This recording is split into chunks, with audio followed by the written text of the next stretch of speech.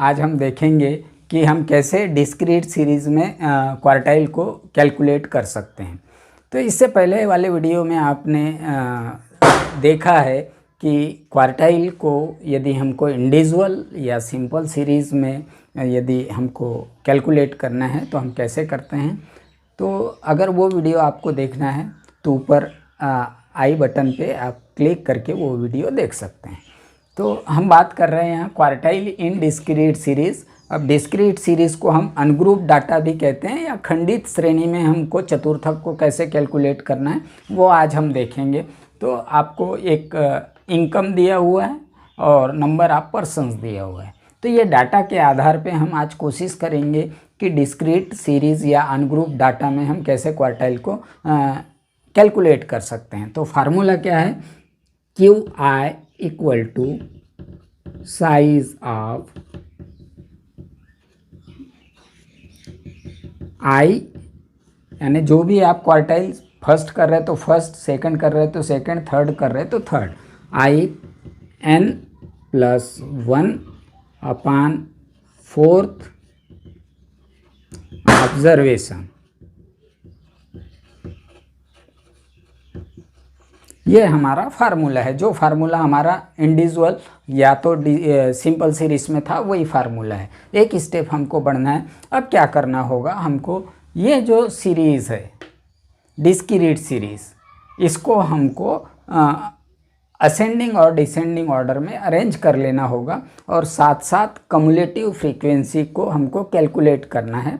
संचयी आवृत्ति को यहाँ पर कैलकुलेट करना है, क्योंकि संचयी आवृत्ति सिंपल जो सीरीज़ था उसमें नहीं था। यहाँ पर कम्युलेटिव फ्रीक्वेंसी किसको मानते हैं हम, नंबर ऑफ पर्सन को ही हम फ्रीक्वेंसीज मान लेते हैं। नंबर ऑफ पर्सन को हम फ्रीक्वेंसी मानते हैं या जिसको हम कहते हैं आवृत्ति। तो एक तरफ तो हम लिखेंगे इनकम, एक तरफ क्या लिखा हमने, इनकम, और इनकम लाख में है आपको पता होना चाहिए, एंड नंबर ऑफ पर्सन, और इधर हम लिख लेते CF, जिसको हम कहते हैं कम्युलेटिव फ्रीक्वेंसी या संचयी आवृत्ति। CF मीन कम्युलेटिव फ्रीक्वेंसी या संचयी आवृत्ति। तो सबसे पहले हम यहाँ पर असेंडिंग ऑर्डर में लेंगे इसको, असेंडिंग ऑर्डर में लेंगे। असेंडिंग ऑर्डर में लेकर CF को कैलकुलेट करेंगे। तो देखिए यहाँ सबसे छोटी संख्या कौन सी है, 4 लाख इनकम वाले कितने लोग हैं, 6 लोग हैं। देन 4 के बाद 5, कितने लोग हैं, 8। देन 5 के बाद 6, कितने लोग हैं, 9। 6 के बाद आप देखिए, 6 के बाद 9 लिया, 9 में कितने पर्सन हैं, 12। अब 9 के बाद 10, तो 10 में कितने लोग हैं, 10 ही है। अब उसके बाद में 10 के बाद है 12, 12 में कितने लोग हैं, 8 है। तो ये 15 लिखा हमने और 15 का है 6। तो इस तरीके से हमने इस सीरीज़ को क्या कर लिया, असेंडिंग ऑर्डर या चढ़ते हुए क्रम में ले लिया है, या जिसको हम कहेंगे आरोही क्रम में ले लिया है। अब क्या करना होगा, आपको CF को कैलकुलेट करना होगा, कम्युलेटिव फ्रीक्वेंसी को कैलकुलेट करना होगा। तो कम्युलेटिव फ्रीक्वेंसी पहला जो आवृत्ति है वो जैसे कि वैसे हम लिख देंगे 6। अब यहाँ पर 6 + 8 कितने हो गए, 6 + 8 14। 6 + 8 को जोड़ लेना है 14। अब 14 + 9 को जोड़ेंगे तो ये हो जाएगा आपका 25। 16 + 9 को जोड़ेंगे तो आपका ये हो जाएगा 23। क्लियर। अब 23 + 12 करेंगे आप, तो 23 + 12 करेंगे तो ये हो जाएगा 35। अब 35 + 10 करेंगे आप, तो 35 + 10 ये हो जाएगा 45। अब 45 + 8 करेंगे आप, 45 + 8 तो ये हो जाएगा आपका 53। एंड 53 + 6 तो ये हो जाएगा आपका 59। तो इस तरीके से आपने कम्युलेटिव फ्रीक्वेंसीज़ को क्या किया है, टोटल कर लिया है। और वो टोटल कैसा किया, पहले वाला फ्रीक्वेंसी को जैसे कि तैसे लिखा, फिर 6 + 8 14, 14 + 9 23, 23 + 12 35, 35 + 10 45, 45 + 8 53, 53 + 6 ये हो गया 49। तो इस तरीके से यहाँ टोटल नंबर ऑफ पर्सन हो गया 59। टोटल नंबर ऑफ पर्सन और संचयी जो आवृत्ति है या कम्युलेटिव फ्रीक्वेंसी है वो लास्ट का डिजिट सेम आना चाहिए, तब यहाँ आपका कैलकुलेशन सही है। अब इसके बाद में यहाँ तक हम आ गए। अब इसके बाद में हमारा जो फार्मूला क्या है, QI = size of I × n+1/4th observation. तो हम यहाँ पर Q1 को कैलकुलेट करेंगे, तो size of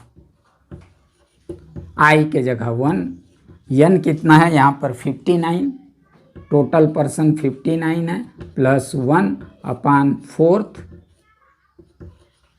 observation.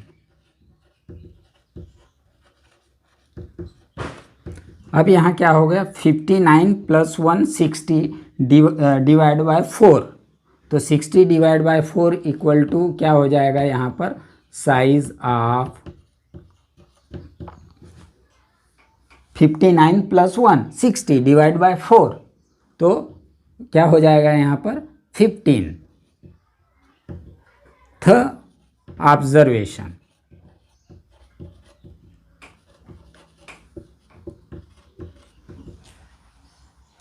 15th observation.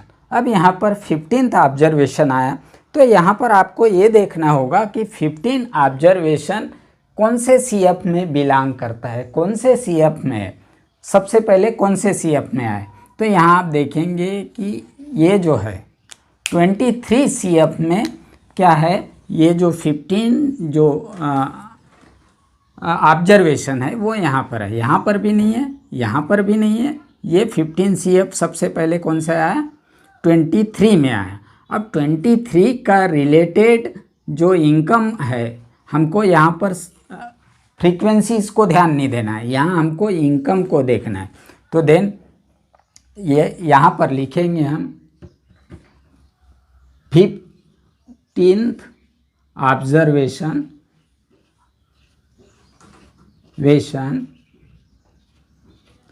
lies in CF of, कितने CF आप में है, 23 में है, 23, एंड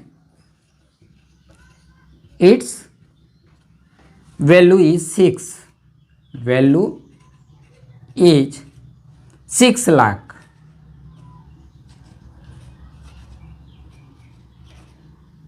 सो Q1 = 6 लाख। तो इस तरीके से हम यहाँ पर Q1 को कैलकुलेट कर लिया। आपको कुछ नहीं करना है, साइज ऑफ 5th ऑब्जर्वेशन आया तो 15th ऑब्जर्वेशन आया, तो 15 ऑब्जर्वेशन को आपको CF में देखना है, कम्युलेटिव फ्रीक्वेंसी में देखना है कि वो फर्स्ट टाइम किस कम्युलेटिव फ्रीक्वेंसी में आया। तो यहाँ पर 23 में आया है, तो then 15th observation lies in CF of 23, और 23 का जो रिलेटेड जो वैल्यू है वो 6 लाख है। यहाँ पर वैल्यू को देखना है, यहाँ इनकम को देखना है, वैल्यू इज 6 लाख या income is 6 lakh. So Q1 = 6 lakh rupees, 6 lakh rupees. तो इस तरीके से हम Q1 को कैलकुलेट कर लिया। अब हम देखेंगे कि Q3 को कैसे कैलकुलेट करते हैं। तो आपने Q1 को कैलकुलेट कर लिया, तो Q1 का वैल्यू आया है 6 लाख, तो 6 लाख आया है। अब इसके बाद में हमको कैलकुलेट करना होगा Q3 को। तो Q3 को कैलकुलेट करने के लिए फार्मूला हमारा सेम है, बट QI के जगह Q3 हम लिखेंगे। तो Q3 equal to size of 3 into the bracket n plus 1। तो n कितना है यहाँ पर, n इक्वल टू 59। तो 59 plus 1/4 observation.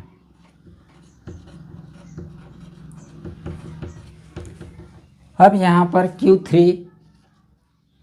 Equal to size of 3 into the bracket 64th observation.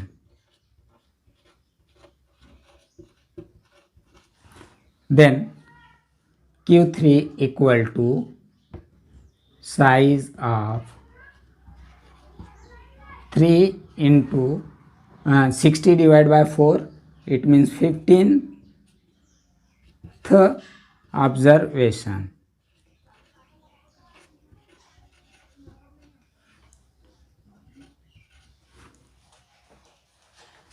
It means Q3 equal to 3 into 15, it means 45. तो then size of 45th observation।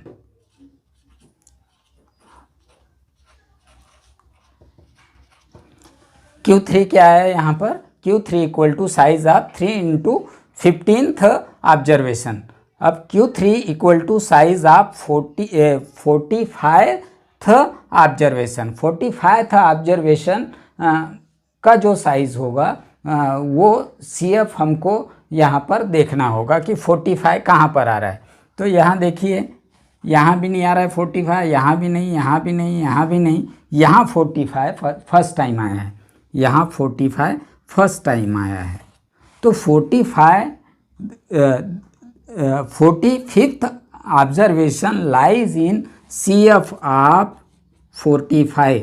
45 observation कहाँ पर है, 45 CF में है। और इससे रिलेटेड जो डाटा है, यहाँ पर हमको फ्रीक्वेंसी को नहीं लेना है, फ्रीक्वेंसी है ये 10, तो फ्रीक्वेंसी को नहीं लेना है, तो ये हम लेंगे, इसको वैल्यू को लेंगे, तो ये हो जाएगा Q3।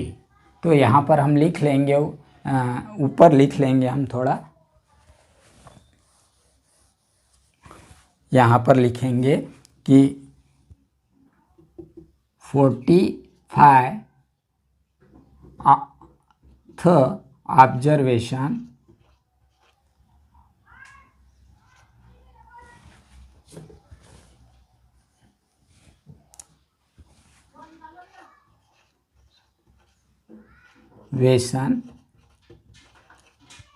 लाइज इन, कहाँ पर है, लाइज इन CF ऑफ 45। कहाँ पर है, 45 observation lies in CF of 45 and it's income is, it's income. अब वैल्यू भी लिख सकते हैं, बट यहाँ पर हमारा डाटा इनकम लिखा है, income is 10 lakh, income is 10 lakh. So Q3 equal to 10 lakh. मतलब 45 जो निरीक्षण है वो कौन से संचयी आवृत्ति में है, 45 संचयी आवृत्ति में है। और 45 संचयी आवृत्ति का इनकम जो है वो 10 लाख रुपीस है, और इसीलिए यहाँ Q3 पर इक्वल टू 10 लाख रुपीस होगा। तो इस तरीके से हमको यहाँ पर डिस्क्रीट या अनग्रुप डाटा में यदि कैलकुलेट करना है क्वार्टाइल को, तो सबसे पहले आपको असेंडिंग ऑर्डर में या डिसेंडिंग ऑर्डर में सीरीज़ को अरेंज कर लेना है जैसा हमने अरेंज किया।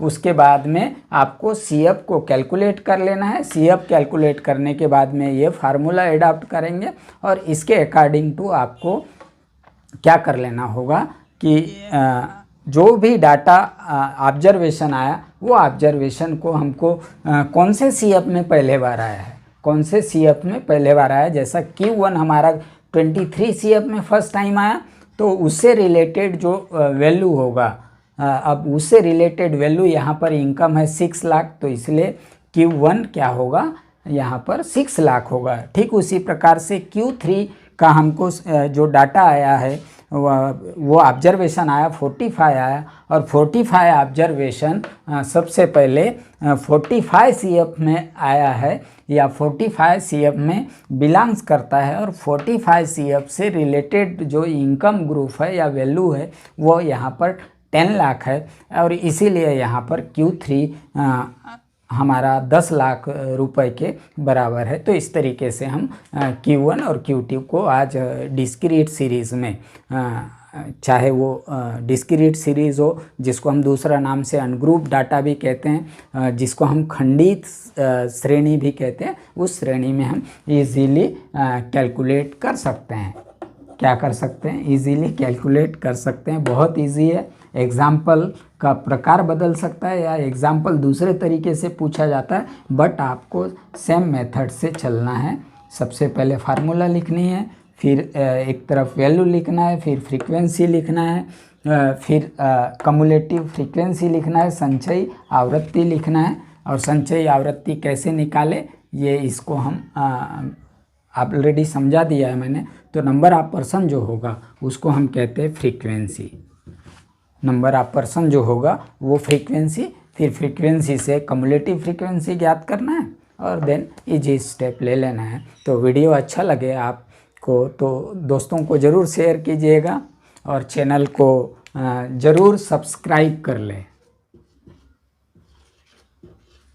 सब्सक्राइब कर ले और बाजू में ये जो घंटी का बटन है वो बटन भी दबाए, बेल घंटी का बटन दबाए और उसमें ऑल नोटिफिकेशन को पुश करे, दबाए, तभी आपको नया वीडियो के बारे में जानकारी पहले मिलेगी। Okay, thanks.